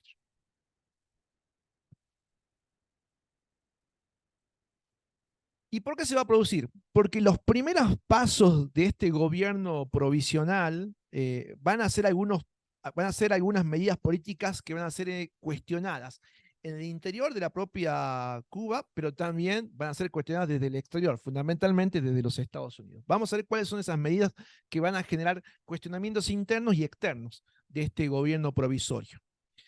Bien, como decíamos hace un momento, en 1959 asume Urrutia Lelo como presidente, pero al poco tiempo Urrutia Lelo es desplazado de ese gobierno provisorio y asume la presidencia un político, en este caso, no, perdón, no es desplazado, sino que decíamos que Castro queda como referente del movimiento 26 de julio, como el brazo armado de este gobierno provisorio, y también Fidel Castro se reserva el cargo de primer ministro, ¿sí? Es el primer ministro. Bien, en mayo de 1959, es decir, han pasado apenas 5 meses de este gobierno provisorio, se realiza la primer reforma agraria, ¿sí? La primer reforma agraria. Y esta reforma agraria va a estar dirigida especialmente hacia aquellas propiedades cuya extensión superen las 400 hectáreas. Es decir, es una reforma agraria para los grandes propietarios. No afecta a los medianos y pequeños propietarios, ¿sí? Afecta directamente a los grandes propietarios. ¿Y quiénes son los afectados por esta reforma agraria? Bueno, habíamos dicho hace un momento que en relación a la producción azucarera, a las propiedades de haciendas agrícolas, bueno, muchos de esos propietarios eran capitales norteamericanos. Así que acá, con esta reforma agraria dirigida hacia los grandes propietarios, justamente intereses y capitales norteamericanos van a ser afectados por esta medida que toma el gobierno provisional. ¿Por qué Fidel Castro impulsa y apoya esta medida? Si bien dice el autor, la cuestión agraria no estaba presente en el discurso político de Fidel Castro, no era un elemento presente inicialmente en el ideario político de Fidel Castro, sí va a ir ganando fuerza la idea de la reforma agraria en la medida en que el triunfo del movimiento 26 de julio, el triunfo armado, se produjo porque se fueron sumando campesinos al movimiento 26 de julio en la lucha armada. Por lo tanto, Fidel Castro entiende que hay una necesidad de responder las necesidades de los sectores campesinos. Bueno, una manera de responder desde el gobierno provisional a esa necesidad de los sectores campesinos es realizar esta reforma agraria. Así que si bien no fue un elemento fundamental en la construcción política de Fidel Castro, sí lo fue al momento de la construcción o la realización de la lucha armada, la incorporación de los sectores campesinos. Y entonces, por lo tanto, ahora la respuesta a esa presencia campesina en la lucha armada va a ser la reforma agraria sobre los grandes propietarios. Bueno, esta reforma agraria no solamente va a generar objeciones externas por los capitales norteamericanos que se van a ver afectados, sino también objeciones internas, porque también hay grandes propietarios de las clases altas cubanas. ¿Sí? Es más, el propio Manuel Urrutia va a renunciar. Urrutia Lelo, ese juez que había sido elegido para el gobierno provisorio, él va a renunciar ante la medida que se toma sostenida básicamente por Fidel Castro. Él renuncia porque está en desacuerdo con esa medida de reforma agraria.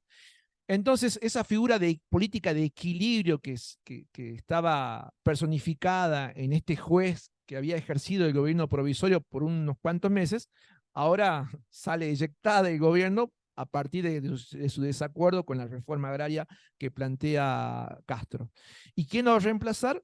Un político, Osvaldo Dorticos, que es un político que proviene de los políticos que esta vez son afines al ideario político de Fidel Castro. Ya no es una figura de equilibrio, ya es más bien un político afín al ideario castrista.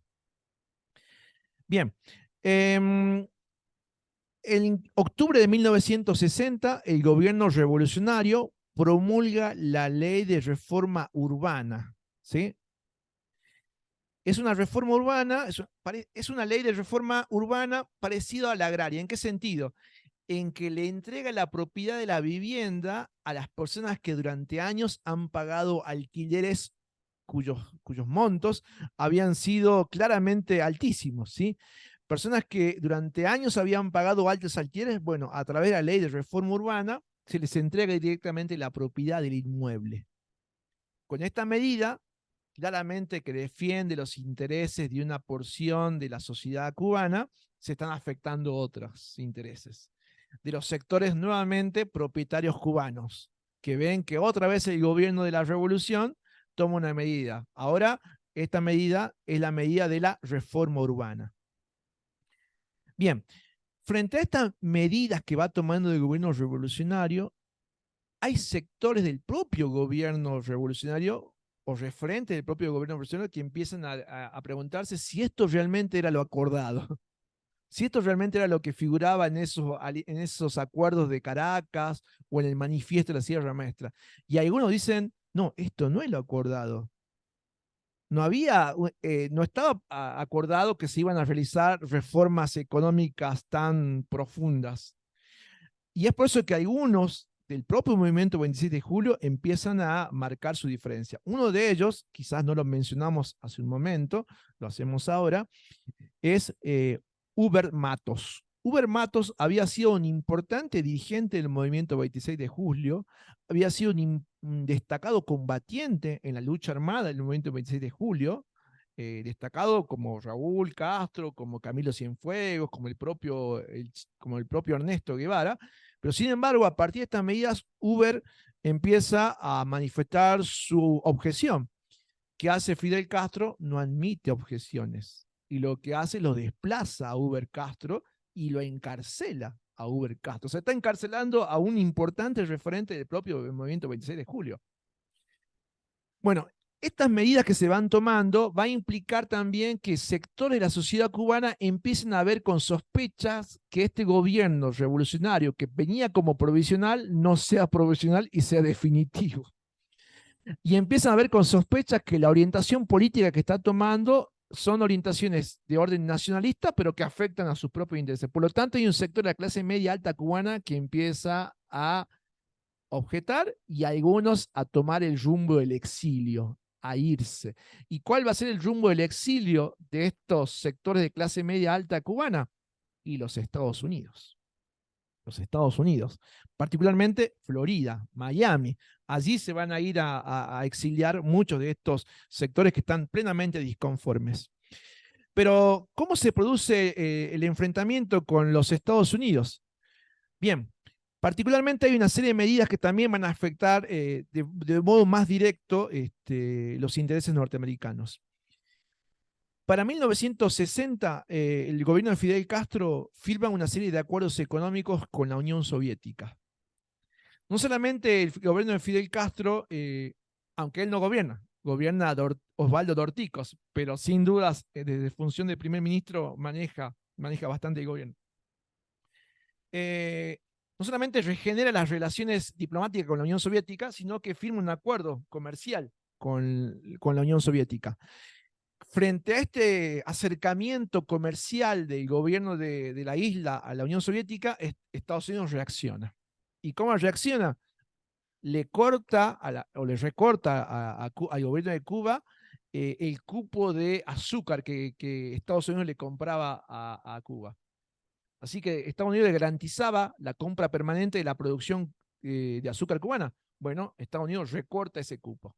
Por lo tanto, Cuba pierde la exportación y al comprador de su principal producto de exportación.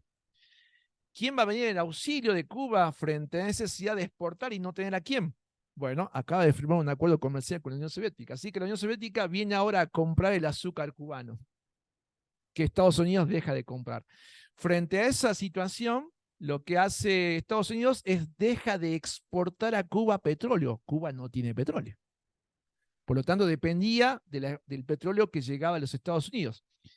Bueno, no hay petróleo norteamericano porque, bueno, como contramedida al acercamiento comercial de Cuba con la Unión Soviética, suspende la exportación de petróleo a la isla. ¿Qué hace Cuba? Bueno, acepta la llegada de petróleo desde la Unión Soviética. Así que llega petróleo crudo desde la Unión Soviética. Pero el petróleo crudo hay que refinarlo. ¿Quiénes los refinan en la isla? Bueno, los refinan las destilerías o refinerías de empresas norteamericanas. En la isla están las refinerías de muchas empresas petroleras norteamericanas. Pero estas empresas petroleras norteamericanas dictaminan que no van a refinar petróleo que venga de la Unión Soviética. ¿Qué hace el gobierno de Fidel Castro? Ah, bueno, si ustedes no quieren refinar petróleo que viene de la Unión Soviética, estatiza las empresas petroleras norteamericanas en Cuba. Y ahora que son estatales, ahora esas empresas estatales van a sí refinar el petróleo que llega a la Unión Soviética. O sea, es una escalada de medidas y contramedidas entre el gobierno revolucionario y el gobierno norteamericano. Esta escalada de medidas y contramedidas entre Cuba y Estados Unidos llevan al límite de que Estados Unidos rompe relaciones con Cuba. Y no solamente rompe relaciones con Cuba, sino que Estados Unidos activa lo mismo que había hecho en Guatemala, es decir, activa toda una serie de mecanismos para que se produzca, CIA mediante, junto con exiliados cubanos que están presentes en Estados Unidos, se active una actividad de intervención en Cuba. ¿Sí? Esa actividad de intervención en Cuba se va a producir en 1961, cuando se produzca el desembarco en Playa Girón. ¿Sí? El desembarco en Playa Girón. Es una medida que la CIA coordina con exiliados cubanos para generar una acción de intervención en la isla que le ponga fin al gobierno de Castro. Bueno, ese desembarco que se produce en Bahía Girón o en Bahía de Cochinos va a ser rápidamente neutralizado por las fuerzas de Cuba, las Fuerzas Armadas cubanas, bajo la dirección del hermano de Fidel, Raúl Castro, y el propio Fidel también se ocupa de neutralizar ese desembarco. Ante esa situación, que el gobierno de los Estados Unidos no logra entonces generar una acción violenta dentro de Cuba, y a los fines el gobierno cubano de protegerse frente a posible injerencia militar de los Estados Unidos, es que firma con la Unión Soviética, ya tenía un acuerdo comercial, ahora firma un acuerdo militar de mutua protección. ¿Y qué hace la Unión Soviética en virtud de ese acuerdo? Bueno, instala en Cuba los misiles que apuntan desde Cuba hacia las principales ciudades norteamericanas. Se empieza a construir una base misilística que desde Cuba entonces, misiles de la Unión Soviética, apunten en las principales ciudades de los Estados Unidos. Se está generando la llamada crisis de los misiles, porque Estados Unidos no va a permitir que en la isla, a solo 198 kilómetros de su costa, haya misiles soviéticos apuntando a los Estados Unidos. Se genera la llamada crisis de los misiles. Frente a esta situación ya crítica del enfrentamiento entre Cuba y los Estados Unidos, es que Fidel Castro ahora sí declara que el gobierno de la revolución adopta la orientación marxista-leninista. Ahora sí, para el 1961, Fidel Castro, en un discurso masivo frente a la población de Cuba, que reúne a una enorme población en ese acto, declara que el gobierno de la revolución toma la orientación marxista-leninista. Y de ese modo ya queda claro entonces que la orientación política de la revolución está embarcada o alineada al bloque soviético. Bueno, entonces, se llega a este punto límite, y ya a este punto límite entre el enfrentamiento de la isla de Cuba al gobierno norteamericano, pero en un contexto de Guerra Fría. Y dice el autor en sus conclusiones, esto es lo particular de la Revolución Cubana, que es un proceso eminentemente latinoamericano, pero que dado que se produce en un contexto de Guerra Fría, lleva a que el proceso revolucionario en una diminuta isla del Caribe se convierta en el epicentro de algo que era mundial, que era la propia Guerra Fría. Así que es latinoamericano en sus orígenes, en su proceso, en este proceso de 3 actos que hemos mencionado, pero que en su contexto se convierte en el epicentro de la Guerra Fría. Esas son las características singulares que tiene entonces este proceso revolucionario que llamamos la Revolución Cubana, que llevó al límite del enfrentamiento directo entre las dos superpotencias, Estados Unidos y la Unión Soviética. Que si bien no se produce el enfrentamiento directo, pero la crisis de los misiles se desactiva a partir de un llamado directo entre los dos presidentes, Kennedy por un lado y Nikita Khrushchev por el otro, que se comunican mutuamente y que deciden pactar entre ellos que la crisis de los misiles se desactive. No, crisis de los misiles en el marco de la Guerra Fría. La crisis de los misiles es mundialmente recordada porque fue el punto límite en el que casi se llega al enfrentamiento directo entre las dos superpotencias, y que ese enfrentamiento directo iba a ser generado por un proceso político que ocurre en una pequeña isla del Caribe. No, toda esta escalada de medidas y contramedidas que hemos ido señalando.